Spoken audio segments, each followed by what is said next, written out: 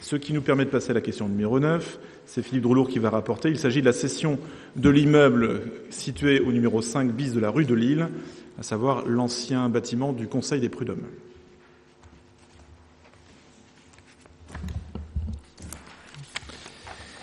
Oui, donc le conseil municipal, lors de sa séance du 7 mars 2016, a autorisé monsieur le maire à signer un mandat de vente au profit de Maître Guimbaud, notaire à Avranches, et de chacune des 3 agences immobilières de la ville, en vue de la vente d'un ancien ensemble immobilier, 5 rue de Lille à Avranches, sur la base d'un prix de vente de 95 000 € net vendeur à l'époque.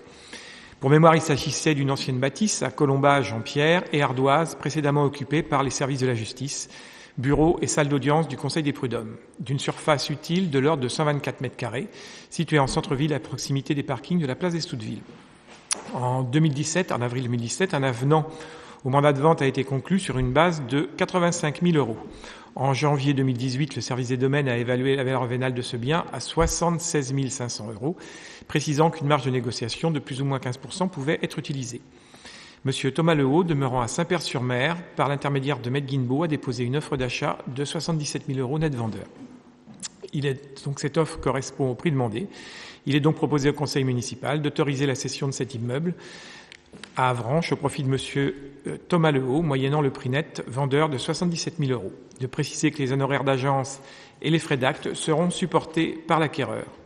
Et d'autoriser monsieur le maire à signer l'acte authentique correspondant qui sera rédigé par Maître Guimbaud, notaire à Avranches. La recette en sera inscrite au budget principal 2018, section investissement, chapitre 24, produits des cessions d'immobilisation. Donc c'est une histoire ancienne, vous avez vu que ça fait déjà 2 ans que cet immeuble est en vente, et c'est donc vraiment une bonne nouvelle pour la ville, parce que à force, cet immeuble risquait de finir par se dégrader.